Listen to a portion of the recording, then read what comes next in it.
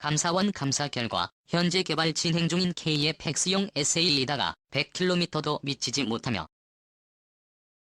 동시 교전 능력도 없으면서 개발비만 계속 부풀리고 있다고 지적했다는 방송 보도에 따라 신인균 씨가 자신의 유튜브 방송에서 흥분을 감추지 못하며 못된 기업 카이와 그 개발 진행 중인 SA를 가리켜 쓰레기라고 평가한 내용에 대해서 반박을 하고자 합니다. 먼저 사실관계가 정확한지 알 수 없습니다. 왜냐하면 실제 사실이 보도 내용대로라면 대단히 큰 문제로서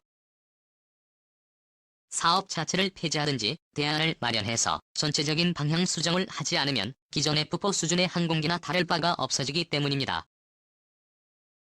그러나 감사원의 지적은 그대로 끝난 게 아니라 개발자들의 반박이 격심하여 그렇게 결론 내린 것이 아니었다는 점입니다. 개발자들은 그렇지 않다는데 감사원은 현재 기초적인 샘플들의 시음만 보고서 판단했다는 점입니다. 물론 감사원의 연구 개발 경력을 가진 엔지니어 출신들이 있을 것 같지 않습니다. 그들은 기술 개발이라는 것 자체를 이해하고 있다는 생각이 들지 않습니다. 들리는 말에 의하면 발표하지도 않은 내용을 특정 기자들이 인터셉트에서 기사를 작성했다는 말이 있습니다. 물론 신인균 씨는 방송 보도 내용만 가지고 그게 사실일 거라고 믿는 것 같습니다.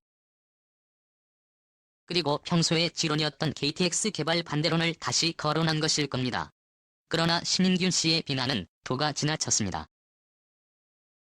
그는 이를 공기업이라고 하는데 그것도 오히려이지만 그는 기본적으로 칼이라는 회사를 악덕 기업으로 보고 있다는 느낌을 받았습니다. 물론 나도 해병대 공격 헬기를 민원을 이용해서 개발하는 것은 반대이지만 그렇다고 카이를 악덕 기업으로 생각하고 있지 않습니다. 신인균 씨를 잘 보면 카이가 만들려고 하는 모든 무기에 대해 원색적인 비난을 퍼붓는 사람입니다. 소형 무장 헬기에 대한 독설도 극심하고 KTX 프로젝트도 탐탁하지 않는 것입니다. 신인균 씨는 무지무지하게 좋은 무기에 대한 선호도가 커서 국산 개발 회사 자체가 마음에 들지 않는 것 같습니다. 그는 인도가 대공지상 무기를 선정했을 때에도 인도가 러시아 제8로를 제외하고 한국의 비호복합을 선정했을 때 도대체 이해할 수 없는 결정이라고 일갈한 적도 있었던 사람입니다.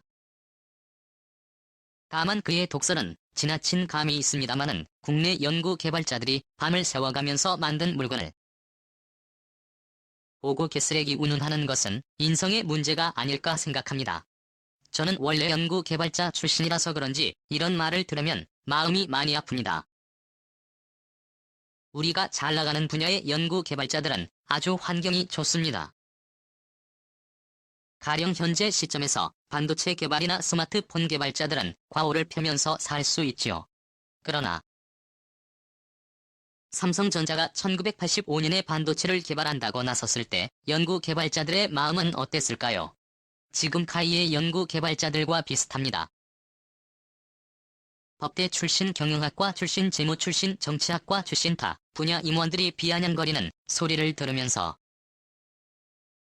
이랍니다. 너희들이 그런 걸 개발한다고. 그냥 면허 생산하면 될 일을 굳이 자체 개발한다고 생난리냐. 영업 출신들은 그럽니다. 우리가 개발한 제품이라고 하면 소비자들 누가 사족이나. 정치학과 출신이 기술을 운운하는 것은 참 듣기 싫습니다.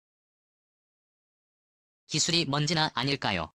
신인균 씨는 카이와 협력 업체들이 베이스 개발을 하면서 계속 증액되는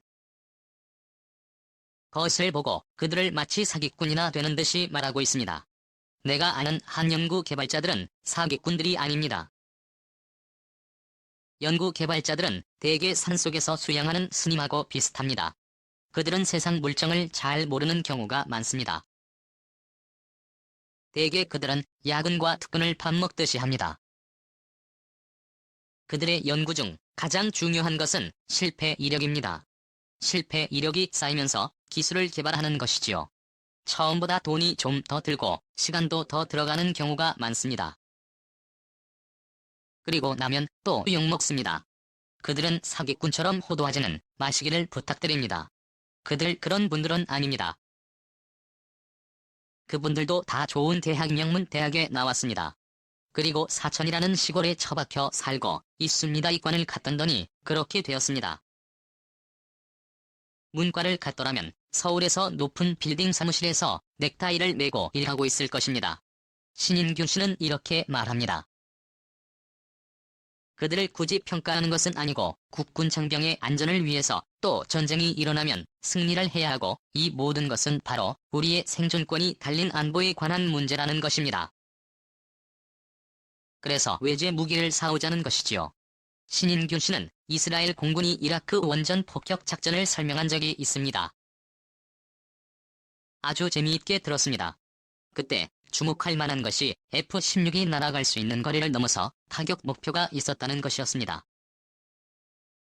마개조조의 천국인 이스라엘 공군은 F-16 내에 많은 전자장비 등을 떼어내서 무게를 가볍게 했다는 거지요. 그런데 미 공군기를 마구 손대는 일은 허용되지 않지요. 오로지 무소불위 이스라엘만 할 수 있는 일입니다. 우리 공군이 어떤 작전을 할 때 F-16이나 F-15나 F-35 등 어떤 항공기에도 내부 장비들을 손댈 수 없습니다. 뭘 하나 더 할 수도 없고요. 큰 물탱크 하나 개발해서 장착하는 것도 안 됩니다.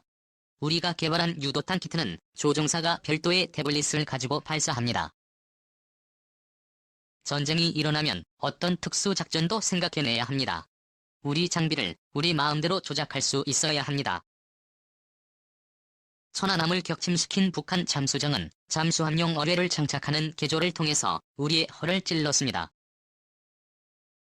우리 장비를 우리 마음대로 하고 우리 장비를 우리 공장에서 필요할 때마다 만들고 그 부품들을 조달하고 에이스할 수 있어야 합니다. 그래서 우리 공군이 우리 국산 전투기를 원했던 겁니다. 좋은 비행기를 선택하고 싶은 사람이 미덕일까요? 그걸 타는 조종사들일까요? 조종사들입니다.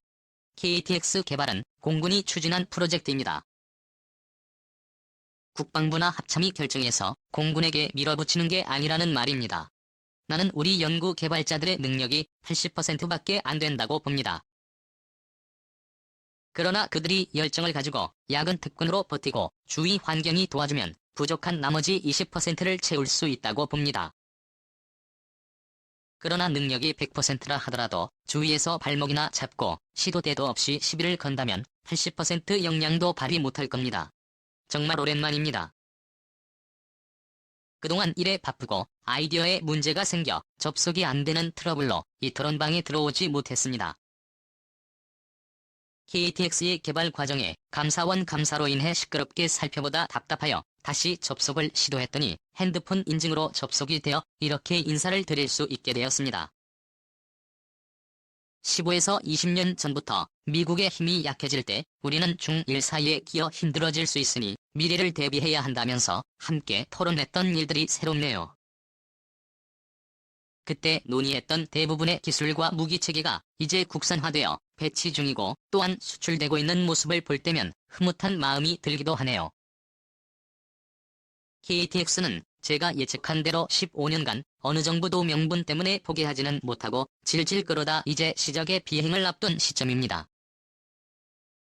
긴 말은 하지 않겠습니다. KTX는 무조건 밀고 나가야 하는 사업이고 마지막 기회의 창입니다. 미국도 애플 35를 구매할 수 없는 동맹국들에게 제공할 대안이 없기에 한국이 만드는 대안에 대해 직접 경쟁하는 업체가 아니라면 무조건 부정적 입장이지는 않습니다. 현재 앞장서서 비난하는 사람들도 대체로 업체와 이해관계로 얽혀있는 경우가 많기에 무시하고 갈 길을 가면 됩니다. 일본이나 중국이나 한반도의 향방이 자국 안보에 치명적인 영향을 미치기에 엄청난 자원과 노력을 기울여 국내에 영향을 미치려 하고 있는 중입니다. 이미 차이나 게이트를 통해 국내 여론에 영향을 미치는 게 확인되었고 이번 선거에 화웨이 제품과 직접 동원된 중국인들을 통해 영향을 미쳤을 가능성이 매우 높죠. 정보계통에서는 한국의 CIA 등의 정보요원이 과거에 비해 수백 인력을 파견하여 활동 중이고 일본 내각 수사국 요원들이 여기에 모사드 요원들 중국 정보 요원들이 엄청나게 모여 활동하는 국내 장터라고 합니다. 여기에 중국 요원은 조선족과 유학생들 중 상당수가 중국 당국의 명령을 받아 움직이도록 만들어져서 그 수가 수만 단위 이상이라고 합니다. 허황된 소설 같은 이야기로 들리지요. 제가 보기엔 구한 말과 별로 다를 바 없는 상황이 벌어지고 있는 듯합니다. 하다가 순식간에 나라의 운명이 뒤바뀔 수 있는 상황으로 보입니다. 아무튼 믿을 수 있는 건 내 손에 든 것뿐인 세상이고 더욱 악화될 게 뻔한 미래를 위해 KTX 편 중잠수함에서 발사하는 SLBM이든 초음속 순항 미사일이든 레이SPN이든 가능할 때 준비해야만 합니다. 이번 바이러스 사태에 한국이 잘 대응하여 성과가 높습니다. 핵심은 질병관리본부의 실무 책임자인 이상원 감염병 진단관리과장의 예측과 준비에서 나온 것입니다. 사스와 메르스 사태 실패를 교훈으로 시뮬레이션을 했고 예측 결과에 맞춰 대비안을 만들었습니다. 중국에서 상황이 벌어지자 준비된 매뉴얼대로 움직이고 진단키트 제작사를 불러 대비시켰습니다. 그 결과 대확산을 억제하고 다른 나라를 도울 수 있는 상황이 된 것입니다. 미래를 미리 예측하고 준비된 국가가 살아남습니다. 2012년 브레진스키가 말한 대로 한국은 독자 핵무장 아니면 중국 조공국의 미래가 예측되는 나라입니다. 제가 보기엔 중국에게 나라를 바치려는 듯한 사람들도 매우 많습니다. 그들의 눈에는 신장이고르에서 벌어지고 있는 일이 보이지 않나 봅니다. 자기 아이들의 참혹한 미래가 될 수도 있는 것을 못 보는 건지 더 큰 이익을 기대하는 건지 모를 일입니다. 내 손에 쥔 힘 외에는 아무것도 믿을 수 없다는 냉혹한 현실을 기억한다면 KTX의 개발에 힘을 모아야 할 듯합니다.